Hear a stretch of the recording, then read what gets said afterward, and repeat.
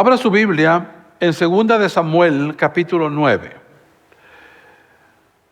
Me voy a tomar la libertad, este no aparece en la pantalla, está intencionalmente, lo pedí que no se pusiera en la pantalla para que usted lo abra en su Biblia, ya sea en su Biblia o en su teléfono, pero que usted me acompañe en la lectura.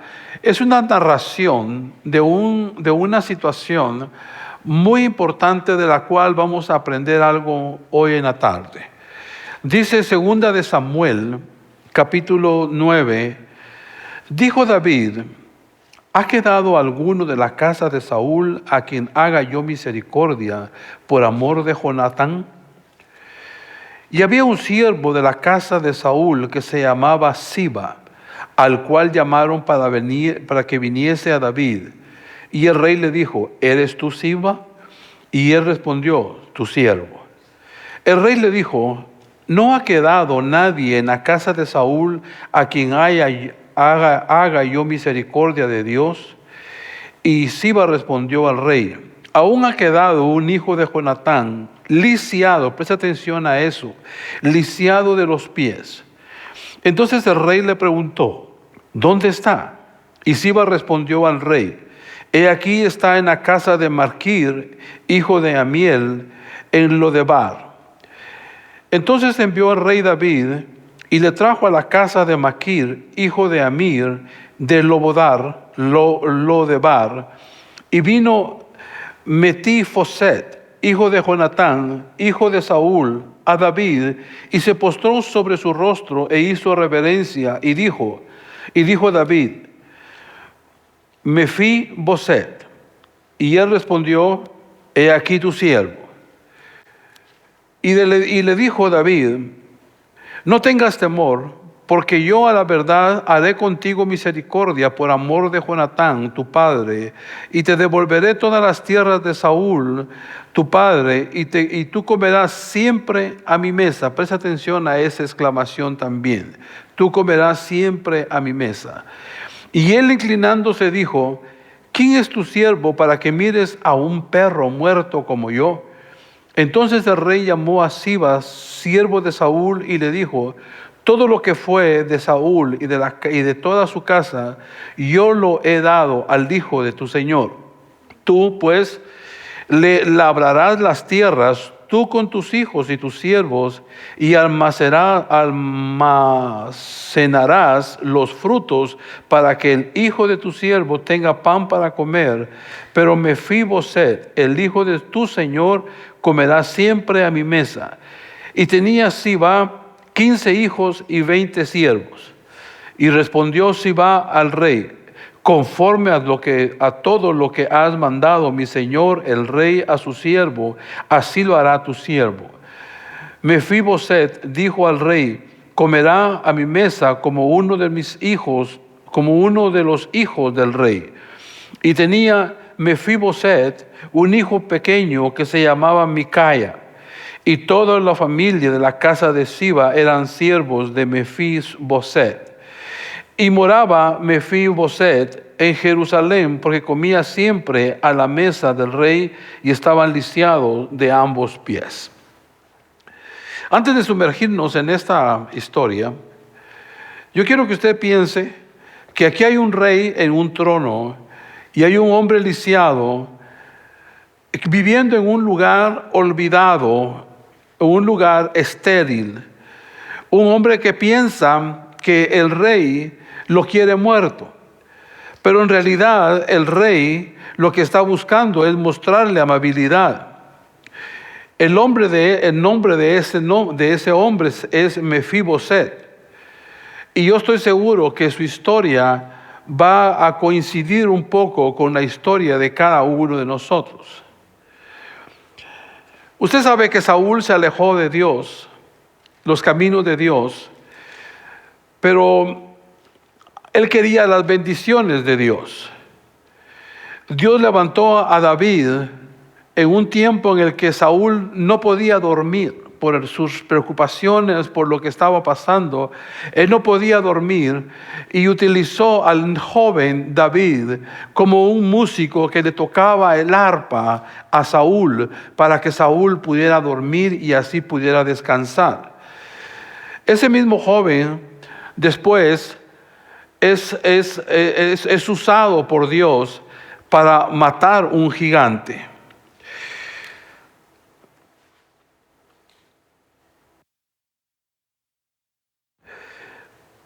Dios le concede la victoria a David en diferentes momentos, pero en medio de esos traumas que había, hay un pasaje en Primera de Samuel, capítulo 20, versículos 14 a 15, gracias hijo, de 14 a 15, en donde la Biblia nos enseña que David y Jonatán hacen un pacto. Y ese pacto es el que ahora David está recordando en este pasaje que leímos. Nosotros tenemos que entender la diferencia entre un pacto y un contrato. En un contrato, las dos partes se ponen de acuerdo, pero ambas tienen que cumplir con su compromiso. En un pacto es basado en la relación y ambos tienen responsabilidades, pero hay hay una persona que es guardadora de pactos siempre, y esa es Dios. Dios ha hecho diferentes pactos con el hombre al punto que ninguno de esos pactos se ha roto. Hasta hoy siguen vigentes esos pactos. Pues es exactamente eso lo que hace la relación entre David y Jonatán. Que ellos hicieron un pacto, no un contrato, sino hicieron un pacto. Así, fíjense que yo tengo un contrato con T-Mobile. Es la compañía que me presta los servicios de teléfono celular. Si yo pago, si algún momento se me cae la red y yo los llamo, ¿cómo cuesta que atiendan? No sé si le ha pasado a usted con Verizon, con T-Mobile, ¿verdad? Pero una vez que yo cambié mi tarjeta de débito y no les avisé, al día siguiente tenía un email cobrándome cordialmente y diciéndome que si no pagaba me llevaban a colección. Ni que yo me hubiera atrasado meses, ¿verdad? Eso es un contrato, pero un pacto tiene más que ver con la relación y el compromiso mutuo. Llega un momento en que llega un momento en que Saúl y Jonatán mueren en la batalla. Y pasan años hasta que llega el momento en que vamos a leer capítulo 9 de Samuel, versículos 1 a 4. Dijo David: ¿ha quedado alguno de la casa de Saúl a quien haga yo misericordia por amor de Jehová? Por amor a Jonatán. Es interesante que la palabra que allá aparece como misericordia, en el hebreo la palabra es Hesed, H-E-S-E-D, que literalmente significa lealtad inquebrantable, bondad, misericordia, compasión, gracia y fidelidad. Esta palabra es tan empleada en la Escritura que aparece más de 270 veces. Y es Dios el que la usa muchas veces. Cuando Dios dice quiero hacer misericordia, dice quiero hacer Hesed. Quiero demostrarles mi amor inquebrantable, quiero mostrarles mi bondad inquebrantable, mi misericordia inquebrantable, mi compasión, mi gracia y mi fidelidad. nosotros estamos oyendo que llega David a la casa a la casa y pregunta: ¿hay alguien aquí de esta casa a quien yo le puedo le puedo practicar gesed? ¿Hay alguien aquí que yo le puedo practicar misericordia de Jehová? Y él dice en el versículo 1: a quien haga yo misericordia por amor de Jonatán, refiriéndose al pacto que había hecho. ¿Y cuál va a ser el pacto que habían hecho entre Jonatán? Había hecho el pacto de decir, le dijo: cuando sea el rey, le dice, cuando sea el rey, yo quiero que tú favorezcas a mi familia. Y el compromiso de Jonatán era alertarle a David cuando Saúl, su padre, quería matarlo, cuando quería asaltarlo, ese era el compromiso que tenían mutuamente. Entonces, aquí han pasado ya muchos años.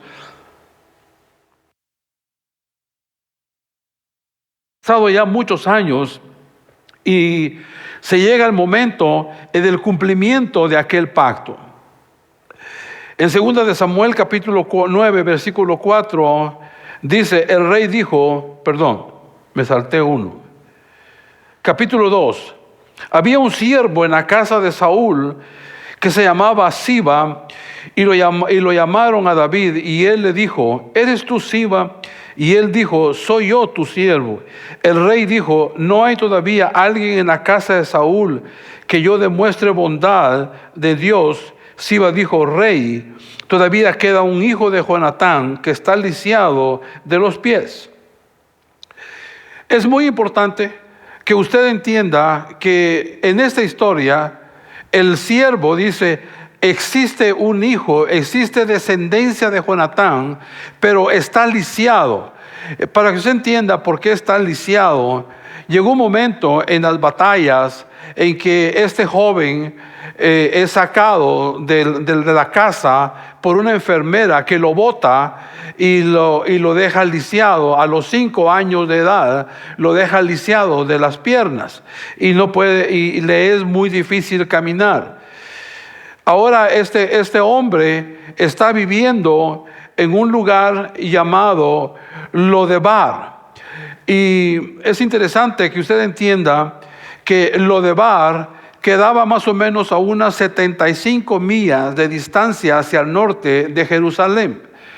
Y el nombre de esa tierra es estéril, significa estéril, falta de palabra, un lugar desierto, un lugar abandonado.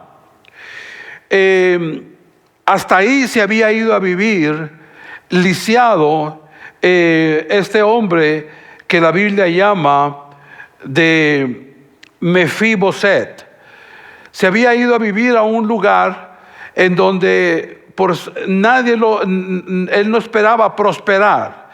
Él simplemente se fue a vivir a un lugar desierto, a un lugar en donde no había palabra, en donde no había nada fértil, no había buen terreno. Se va a vivir a ese lugar y llega David y le dice, sigamos leyendo el versículo 5, 4 y 5, y le dijo: ¿dónde está? Siba dijo al rey: está en la casa de Maquir, hijo de Amiel, en Lodebar. Entonces el rey David envió a sacarlo de la casa de Maquir, hijo de Amiel, en Lodebar. Es muy interesante que David lo manda, le envía a alguien a buscarlo para que lo traiga a Jerusalén. Y yo quiero que usted vaya imaginándose por dónde va mi punto, porque le va a hacer mucho sentido cuando usted escuche lo que tengo que decir. En el versículo 6 y 7 dice: y Mefiboset, hijo de Jonatán, hijo de Saúl, vino a David y se postró sobre su rostro y se postró ante él. Dice que se postró ante él y él estaba esperando lo peor del rey. Él no estaba esperando que el rey tuviera bondad para con él. Él simplemente estaba esperando lo peor que le pasara. Entonces David le dijo, Mefiboset. Y él respondió, he aquí, yo soy tu siervo. Y David le dijo, no temas. Fíjese muy bien que cuando está diciendo no temas, es porque en la cultura de aquel tiempo, cada vez que un rey conquistaba a otro rey, era usual que aniquilaran a la familia de la víctima. Y este hombre dice, me mandaron a llamar desde donde yo vivía, de tan lejos, y me traen a un lugar a donde el rey mismo quiere hablar conmigo, y yo estoy seguro que lo que quiere es matarme. Eso lo deducimos de la historia judía, porque de esa forma era que ocurrían las cosas. Pero David tenía otro plan.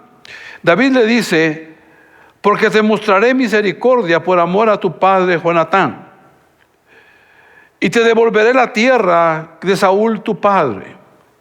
En otras palabras, te daré una bendición que no puedes ganarte. Déjeme hacer una pausa aquí en mi relato. Dios está en este momento dispuesto a darte algo que tú no has ganado. Dios está dispuesto a darte algo de lo cual tú no has hecho méritos ninguno para poder obtenerlo. Dios está a punto de darte, le estoy profetizando a alguien probablemente, pero le estoy hablando a todos en general, porque yo sé que Dios está a punto de darnos algo que nosotros no merecemos, algo que no hemos buscado, algo que no hemos hecho nada para ganarlo. Y eso se llama gracia.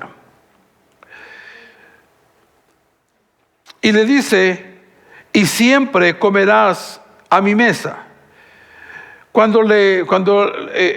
quiero que usted imagine, este hombre estaba viviendo en un lugar estéril, en un lugar lejano, un lugar pobre, un lugar donde no había esperanza, y lo traen ahora a Jerusalén.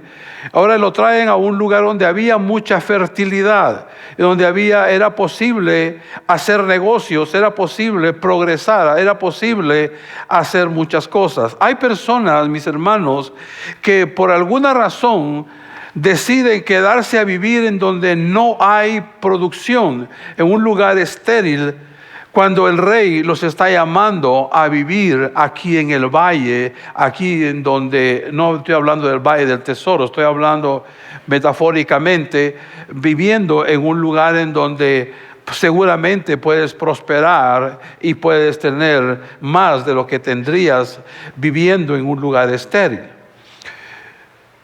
Muchas personas a lo largo de sus vidas se identifican con su debilidad o su fracaso. Por ejemplo, por muchos años yo dije, yo soy un ex marihuano. Por muchos años yo dije, yo soy un ex drogadicto, que era un pervertido, un perdido, y siempre me identificaba con eso. Hasta que llegó un momento en el que Dios me habló muy claramente y me dijo, ese no eres tú. Tú eres un hijo amado. Tú eres mío y yo soy tuyo. Entonces comenzó a cambiar mi percepción al respecto de cómo identificarme. Este hombre pensaba que por ser lisiado no merecía nada de parte del rey. Pero ocurre que el rey tiene planes para este hombre. Vamos a leer versículos 8 a 13 en adelante. Y se postró y dijo, ¿qué es tu siervo para que tengas en cuenta a un perro muerto como yo? Imagínese a la forma en la que este hombre se miraba a sí mismo. Decir un perro muerto como yo era de verse de una manera tan prerrogativa, tan por los suelos, que es como algunas personas se ven. Algunas personas se ven como indignas de ser llevadas a la mesa del Señor. se ven indignas de recibir la invitación que David le dice: vas a comer de mi mesa. Y Dios hoy le está diciendo a alguien, o nos está diciendo que nos está invitando a venir a su mesa, a comer con Él, a convivir con Él.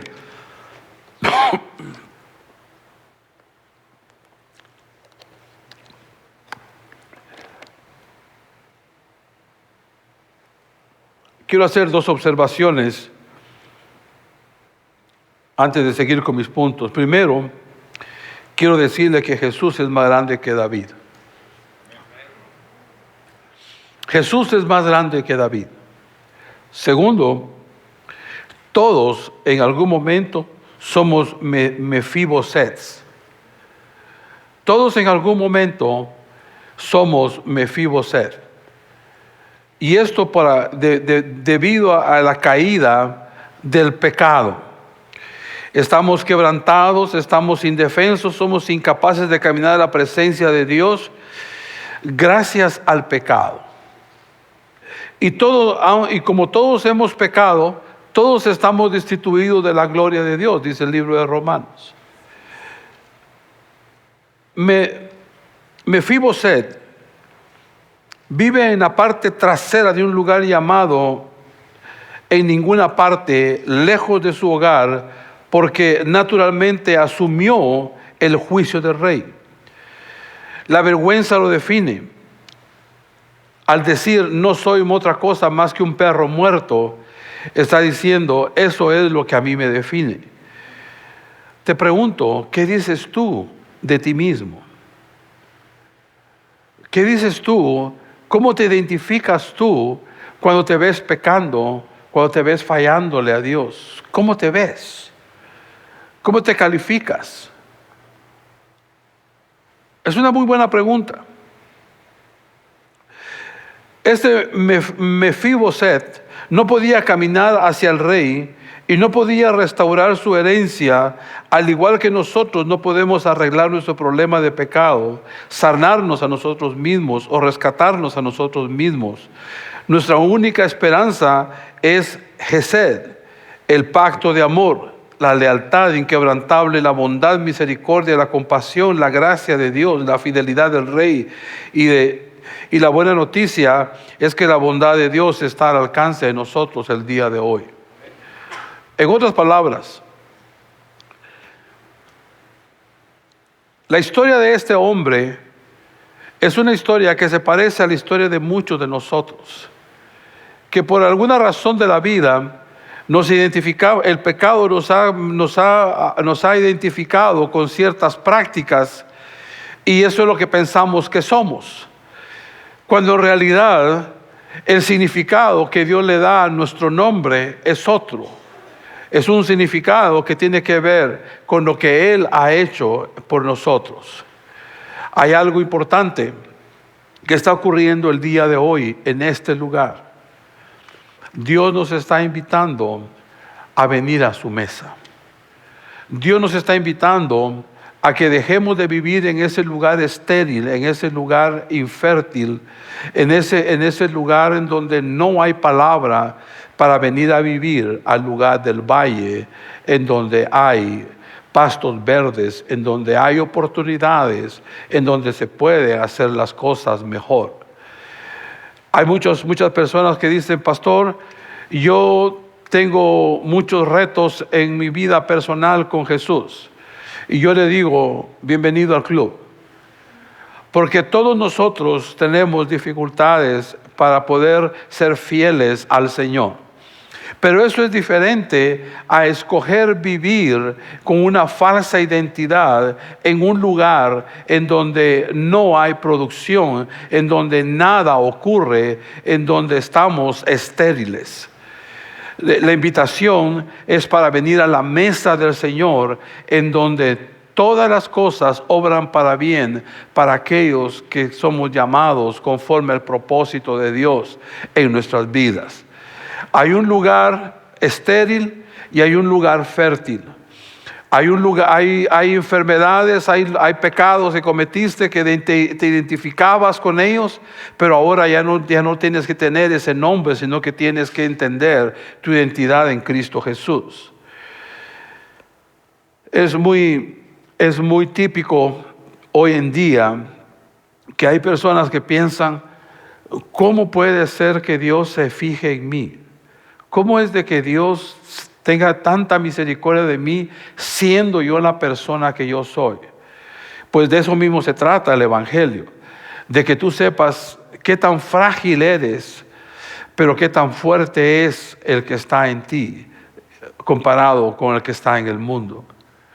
Se trata de empezar a creerle a Dios que la invitación de venir a su mesa es una invitación que no es temporal. Estaba escuchando el testimonio de uno de los pastores de jóvenes de esta iglesia, que cuando vino Chick-fil-A, ¿saben qué es Chick-fil-A, verdad? Han ido a comer ahí a Chick-fil-A.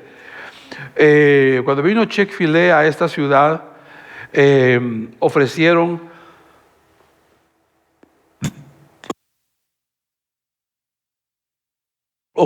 a las primeras 200 personas que llegaran a Chick-fil-A, les ofrecieron un año de Chick-fil-A gratis, ¿verdad? Y entonces este pastor de jóvenes llegó en la noche con su tienda de campaña, se acampó enfrente de Chick-fil-A y fue uno de los primeros 200 en recibir su cupón para poder comer por un año gratis en Chick-fil-A.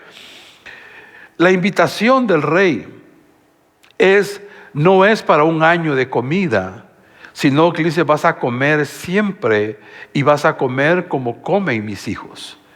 Vas a estar en mi casa como si fueras mi hijo. ¿Qué dice Juan 11? ¿Qué dice Juan 1:12? Dice, y a todo aquel que le ha recibido, le ha dado la potestad de ser hechos hijos de Dios. Usted ha recibido a Jesús en su corazón y eso le permite a usted tener la calidad de hijo ahora para que usted pueda disfrutar de comida, no por un año gratis, sino comida espiritual por toda su vida. La invitación que Dios está haciéndonos hoy a venir a su mesa es para que nos alimentemos de su palabra de la manera correcta, que nos alimentemos de su palabra todos los días para poder producir aquello que tenemos que producir y hacer aquello que tengamos que hacer, viendo frutos del esfuerzo que nosotros ponemos en las cosas que hacemos. Hay algunas cosas importantes de esta reflexión que quiero compartir. La primera, quiero decirle que la gracia inicia. Es la gracia la que toma la iniciativa. La gracia de Dios es la que inició el proceso. Fue Dios el que fue a buscarte. Fue la gracia la que salió a buscarte. Cuando nosotros vemos el ejemplo de David con este hombre lisiado, él lo va a buscar, él sale a buscarlo, él sale a invitarlo, y esto es lo que la gracia dice. El rey fue a buscar a Mefiboset. Dios viene a buscarte. Cuando Adán se escondió, Dios vino a buscarlo. Cuando Jonás corrió, Dios vino a buscarlo. Cuando Mefiboset estaba lejos de su casa, Dios vino a buscarlo. Y esta tarde yo estoy aquí para decirte que Dios vino a buscarte, de acuerdo a Lucas capítulo 19, versículo 10. El Hijo del Hombre vino a buscar y a salvar a los perdidos. Dios está en su gracia, te está buscando, en su gracia te está llamando, en su gracia te está diciendo, ven a mi mesa, ven a compartir conmigo, déjame tratarte como un hijo, déjame tratarte no como un invitado de ocasión, sino como alguien que pertenece a la casa. Y es muy importante que entendamos también que la gracia ofrece más de lo que podríamos esperar. La gracia de Dios ofrece más de lo que podríamos nosotros esperar. Porque cuando nosotros vemos en el ejemplo de Mefiboset, él tenía un hijo pequeño cuyo nombre era Mica. Y cuando nosotros vemos eso, nosotros vemos que la bendición no fue solamente para Mefiboset, sino que fue para sus generaciones, fue para sus hijos, fue de generación en generación, fue llevando la bendición que tenía que llevar. La gracia viene a nosotros, pero también pasa a través de nosotros. ¿Qué quiere decir eso? Que Mefiboset tiene un hijo que nace en su casa, no ha nacido en un lugar de esterilidad, ha nacido en un lugar de bendición. Mefiboset llama a su hijo Mica. El significado del nombre agrega una hermosa capa a esta historia. El nombre de Mica es ¿quién es como el Señor? Hay una bendición en algo que comienza contigo y se transfiere a la siguiente generación y va a la tercera generación. Yo le he dado a usted parte de mi testimonio, pero aprovecho para decir una vez más, yo soy un ejemplo de esa bendición. El haber aceptado yo ir a la mesa del Señor y haber aceptado yo a ir a alimentarme de su palabra, trajo bendición sobre mi vida. Hoy mi hijo es un pastor, mi hija es una pastora, mis 2 hijos sirven al Señor, pero no se queda allí. Ahora mis 7 nietos sirven al Señor. De los 7, 5 son músicos y con sus dones musicales participan en alabanza, en adoración al Señor en su iglesia. Yo puedo ver que esto es verdad, pero yo puedo testificar de la vida de algunos de ustedes. He visto que hay bendición de parte de Dios sobre su vida, como la hay en la vida de sus hijos o de sus hijas. Y esto es parte por lo que la gracia de Dios, cuando dice viene a través de nosotros, cuando nosotros caminamos en la gracia de Dios, nosotros vemos que somos un instrumento de bendición para otras personas. Nosotros tenemos que aprender a acostumbrarnos al hecho de que somos un instrumento en las manos del Señor. Yo estaba escuchando un devocional esta mañana antes de salir para venir a la iglesia, y el devocional decía esto. Decía, ya no existe el hombre ungido, un hombre solo que haya sido ungido, sino que ahora existen, el pueblo de Dios ha sido ungido por el Espíritu Santo. Y con esto quiero decir que la gracia de Dios va a operar a través de ti por la unción del Santo que está en ti. Eso es lo que 3 de Juan dice, que todos nosotros caminamos en la unción del Santo. Eso significa que caminamos en la unción del Espíritu Santo. No tengas temor en expresar y darle gracia a las personas que están al lado tuyo. Invítalas a convivir contigo, que aprendan de ti cómo es ser cristiano, qué significa ser cristiano. Nosotros hay un poder en nuestro testimonio que nosotros somos llamados a utilizarlo. Y esto es muy importante, particularmente en los tiempos en que estamos viviendo hoy. Hoy estamos viviendo en tiempos en donde el mensaje es muy negativo para la población en general. Pero si nosotros podemos atrevernos a caminar en la gracia de Dios y hablar palabra de bendición a nuestro prójimo, hablarle palabras de vida a las personas que nos rodean, vamos a estar caminando o demostrando que la gracia de Dios viene a nosotros, pero también fluye a través de nosotros. Déjeme darle mi punto relevante de esta tarde para que usted lo anote si usted desea. La humildad recibe lo que el orgullo y la vergüenza rechazan. Hay muchas personas que al escuchar la invitación del rey a venir a la mesa, por orgullo dicen: no, yo no voy a esas invitaciones. O dicen, por vergüenza, dicen: no, mi pecado no me permite aceptar esa invitación. Pero la humildad recibe lo que el orgullo y la vergüenza rechazan. Nosotros tenemos la oportunidad en este día de tomar la cena del Señor como parte, una manera simbólica de aceptar la invitación de venir a la mesa del Rey, de venir a la mesa del Señor. En la mesa del Señor están servidas todas las cosas que tienen que ver con la vida y la piedad.